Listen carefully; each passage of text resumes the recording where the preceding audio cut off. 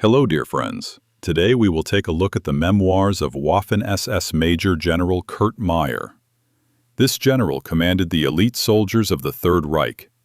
These memoirs are interesting because they give us a glimpse into the career path of the Waffen SS general. He commanded a motorcycle company, a reconnaissance battalion, a Grenadier regiment, and an SS tank division. The combat units of Armored Meyer, as he was nicknamed in the army, took part in fierce battles. The invasion of Poland and France, the occupation of the Balkans and Greece, and the brutal battles on the Eastern Front and the campaign in Normandy, where the division was almost destroyed. These are perhaps the most dynamic memoirs I have ever read in my entire life. Kurt Meyer was always at the forefront of the attack. His rapid attacks are simply astonishing. They accompany us throughout his story. He is an incredibly daring, brave, and unyielding man. He managed to survive in conditions that are difficult to even imagine. Don't forget to rate the video and leave your opinion on this material.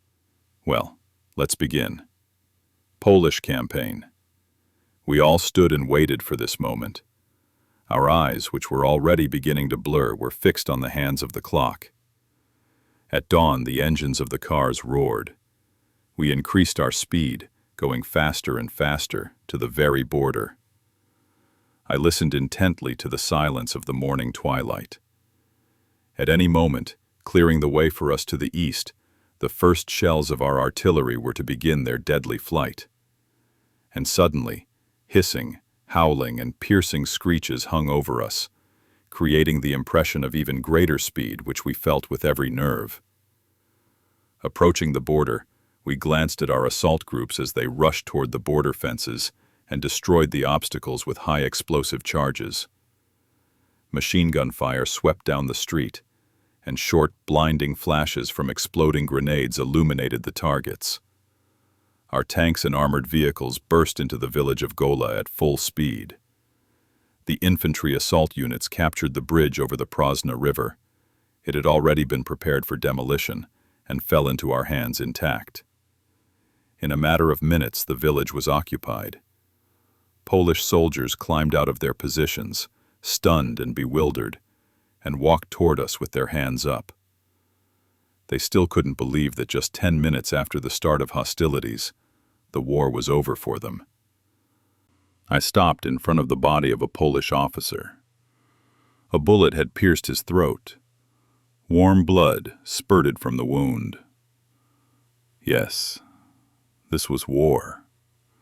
This first death I had seen in this war clearly imprinted its grim reality on my mind. But we had to move on. Uprooted trees and burning houses made it difficult to advance. We could barely make out the road. The fog rising from the ground mixed with the smoke from shell and bomb explosions. I could not remain with the regiment headquarters. Passing Gola, I moved forward with a reconnaissance patrol. Of course, as commander of an SS tank destroyer company, I had completely different responsibilities. An enemy tank attack was not expected, and besides, my company was divided among the separate battalions of our regiment.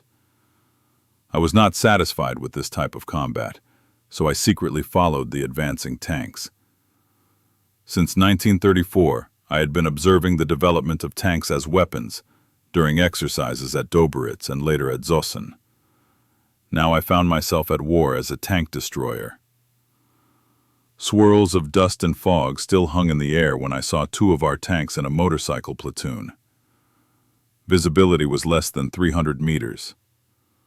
Suddenly, the ominous silence was broken by the impact of a shell from a Polish anti-tank gun. The first tank spun around and, covered in smoke, came to a halt. Its tracks were still turning when the second tank was also hit. Both of our tanks were about 150 meters away from the anti-tank gun, whose position was well camouflaged. Shell after shell pierced the armor of our tanks, and machine gun fire sprayed the street, forcing us to seek cover. We heard the cries of the reconnaissance tank crew and were forced to watch, unable to come to their aid. Each time a new shell pierced the armor and penetrated the tank, the cries of our mortally wounded tankers inside grew louder. We tried to help our comrades who had managed to leave the damaged tanks and get out of the line of fire, but it was impossible. Enemy machine guns were firing down the street. Their fire followed the tankers who had managed to get out of their wrecked and burning vehicles. The cries of those who remained in the damaged tanks grew fainter. I lay behind a pile of gravel. I stared, spellbound, at the blood oozing from the holes in the armor of the first tank. I was paralyzed, unable to see the Polish soldiers who were firing, but my comrades were already lying dead right in front of me. Polish cavalry galloped out of the fog. They rushed straight at us, and the fire from my machine gun did not stop them.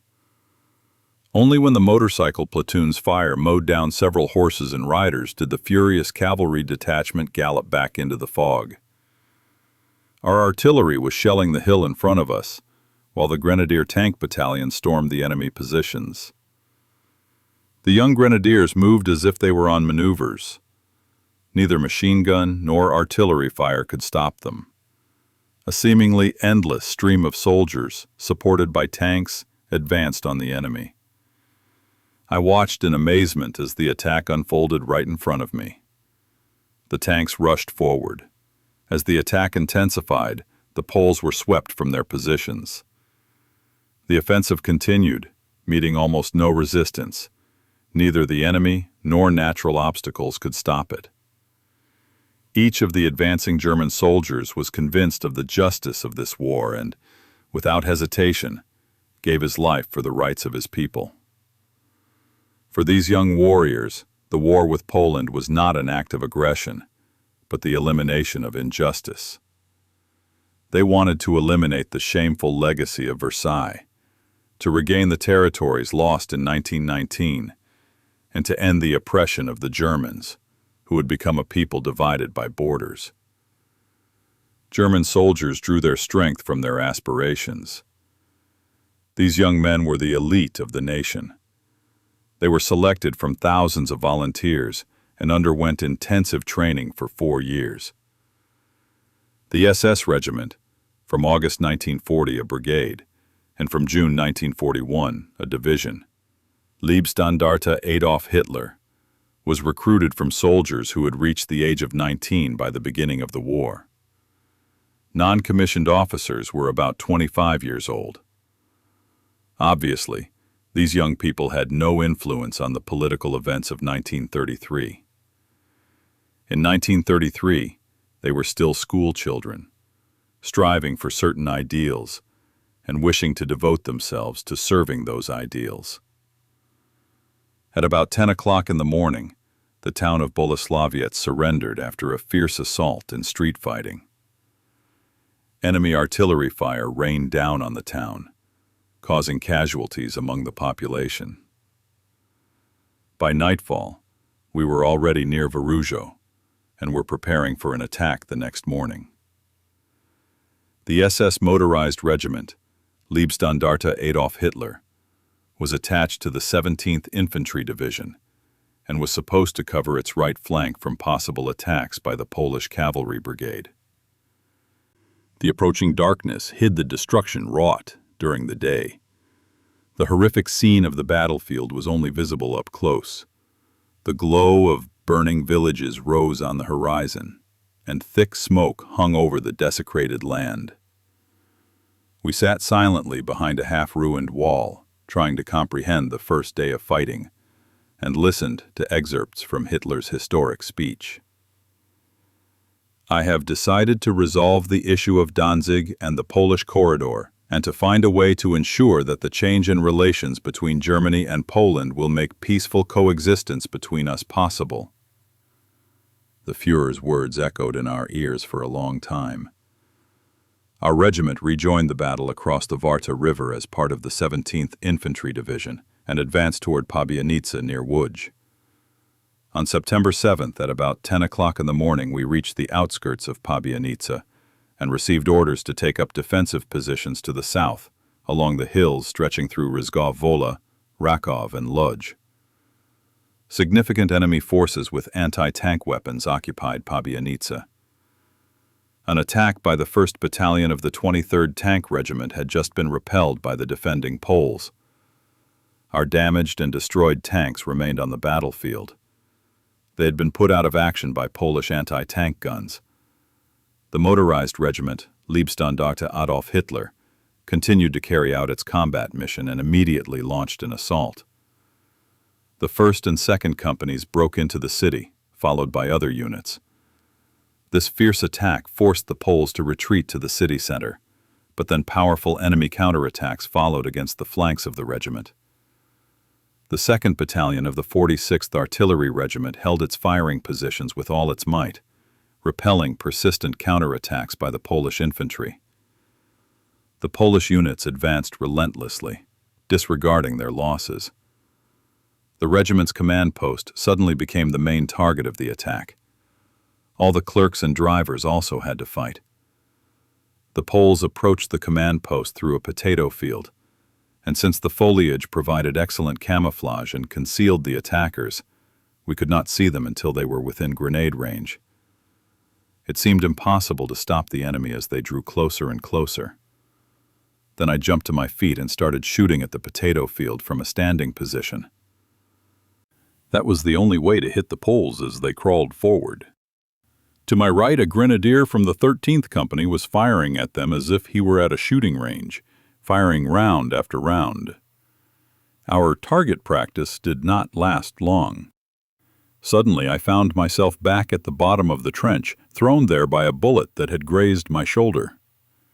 My neighbor was killed by a bullet wound to the neck. Never again would I try to stop an attack from a standing position. The attacks continued with persistence on both sides, and only towards evening did the moment come when the Poles were broken.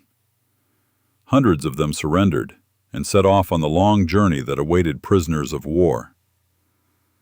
Meanwhile, the 16th Panzer Corps approached Warsaw and engaged in battle with Polish units and formations defending the city, as well as with the remnants of Polish troops breaking through to the east. The commander of the Panzer Corps, General Hepner, welcomed the advanced units of our regiment in Nadarzyń. We were attached to the 4th Tank Division of this corps. The Leibstandarte Adolf Hitler received orders to hold the Ołtarzew-Domanew line and prevent Polish units breaking out of the encirclement from advancing westward toward Warsaw. While on the march, the 1st Battalion of the SS Motorized Regiment Leibstandarte Adolf Hitler received orders to change direction and move north towards Ołtarzew. The motorized infantry followed the tank and armored vehicle units. The columns of our troops disappeared into the night. General Hepner had no doubt about the outcome of the war in Poland, but he foresaw heavy fighting for his 16th Panzer Corps. He believed that the Polish troops, still fighting in an encirclement west of Warsaw, would make every effort to break through our positions and reach the capital. After a few kilometers, it became clear that the approaching night would bring heavy fighting. We had to fight our way through the suburbs of Warsaw. Loud sounds of battle could be heard from Ołtarzew. The 1st Battalion reached the main deployment line and fought against significant enemy forces. On the road, retreating Polish columns closed in on each other and formed a complete traffic jam. During the night, they were completely destroyed. Hundreds of dead lay among the wreckage. The entire road was littered with broken artillery pieces, other weapons, and abandoned ammunition. The merciless battle continued until morning, and both sides waited for dawn to assess the situation. When dawn broke, the full horror of what had happened became apparent. Not only had many Polish soldiers been killed on and near the road, but our fire had also shot down columns of refugees who had mixed in with the troops. Dead and wounded horses hung in their harnesses from broken carts. Crying children clung to their dead mothers, or mothers to their dead children. The wounded crawled out of the rubble and cried for help. The field dressing station was soon overflowing. Poles and Germans worked together to help the victims. Not a single shot was heard. The war had been suspended. The refugees were unlucky. They had retreated from Poznan and joined the military columns, which they thought would protect them. But instead they ended up in a meat grinder. That night, for the first time, we truly saw the true face of war. Now there was no longer any difference between a soldier and a civilian. Modern weapons destroyed both. I did not see a single German soldier laughing on the road of death near Oltarzew.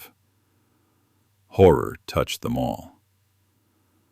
The September sun brightly illuminated the blood-soaked road. More than 1,000 Polish prisoners were ordered to clear the debris. 600 men were sent to the enemy positions with an offer to surrender. A single anti-tank gun destroyed the enemy's armored train. The exploding ammunition flew into the air with a terrible roar and completely destroyed the train. Over the next 2 days, powerful enemy attacks rained down on the positions held by the 2nd Battalion of the 33rd Infantry Regiment, the 2nd Battalion of the 35th Tank Regiment, and our regiment. But the Polish attacks were useless. I asked the commander in vain to allow me to expand my responsibilities and take a more active part in the battle. I had to content myself with commanding a company that was scattered throughout our regiment in platoons. I reminded the commander at every opportunity that I was a tankman and a motorcyclist, and I felt completely useless in my current position. But it was all in vain. For the time being, I remained a tank destroyer. During the night of September 12th to 13th, a strong enemy force broke through the positions of the 2nd Battalion of our regiment. A total breakthrough seemed inevitable. Early in the morning, we received a report that the 6th Company of the Leibstandarte had been crushed and the company commander killed. He had always been close to me. We had served in the same regiment since 1929. However, we found the report of an inevitable breakthrough unbelievable. We simply did not believe that the enemy could break through our defensive positions. After getting orders to check if the report was true, I jumped on the driver's seat of a motorcycle with a sidecar. SS Obersturmführer Pfeiffer came with me, and we headed towards Blone. Pfeiffer died a few years later while commanding a tank company. Once we were on our way, we sped along the road of death to get rid of the annoying flies as quickly as possible. In addition, the horse carcasses stank terribly. A few hundred meters from Świecice, I saw 2 Polish soldiers and a soldier from the 6th Company of the Leibstandarte standing behind a small bridge. The behavior of all 3 soldiers seemed so strange to me that I braked sharply, jumped off my motorcycle, and walked towards this group standing in a trench. Only when I reached the edge of the trench did I understand the reason for the German soldier's strange behavior. He had been taken prisoner by these Polish soldiers and looked at me in amazement as I walked toward them alone. Damn, I was damn lucky again. Only Pfeiffer's MP-38 submachine gun prevented the Poles from sending me to the other world. Indeed, our 6th Company had been attacked and defeated. The company commander lay dead in a trench a few hundred meters from here. Pfeiffer and I continued on to Świecice and soon found our fallen comrade. His chest had been riddled with bullets. Seppel Lange died like a true soldier. We will never forget him. The enemy units that had pushed us back were destroyed during the day. The front line was restored. The SS motorized regiment Leibstandarte Adolf Hitler and the 4th Tank Division of Gepner's 16th Tank Corps were engaged in the battle on the Bezura River to prevent scattered units and formations of the Polish army breaking out of the encirclement from crossing the river. The Poles attacked with tremendous tenacity and proved once again that they knew how to die. It would be unfair to deny them their courage. The battle on the Bezura was desperate and fierce. The blood of the best of the Poles mixed with the waters of the river. The Polish losses were terrible. All their attempts to break through were repelled by our artillery fire from prepared positions. The Polish resistance here was finally broken on September 18th, after which we were ordered to attack the fortress in Modlin. Heavy fighting with Polish troops attempting to break through to Warsaw broke out in a wooded area south of Modlin. The 1st Battalion of the Leibstandarte was attacked and surrounded by superior enemy forces. At 7 a.m. on September 19th, Lieutenant General Reinhardt ordered an attack to rescue our 1st Battalion and break through to the Vistula River. The attack was supported by the 2nd Battalion of the 35th Tank Regiment. The sticky sandy roads made movement very difficult, and wheeled vehicles could only move very slowly. Another fierce battle ensued, and although the Poles' situation was hopeless, they had no intention of surrendering and fought to the last bullet. During the attack, we found the remains of SS Obersturmführer Bruckmann and one SS Unterführer from the 1st Battalion of the Leibstandarte. Both had been wounded, taken prisoner, and severely mutilated. Bruckmann was a platoon commander in my company and had gotten married just 2 weeks before the war began. The battle for the old Modlin fortress began with artillery preparation and attacks by dive bombers. We encountered the devastating effect of our dive bombers for the first time and could not understand how the Polish garrison of this old Russian fortress could withstand such a barrage of fire for so long.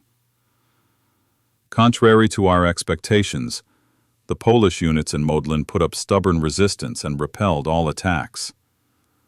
The fortress fell only at the very end of the campaign. That's all for today. If you like the video, please support it with a like and subscribe to the channel. See you all soon.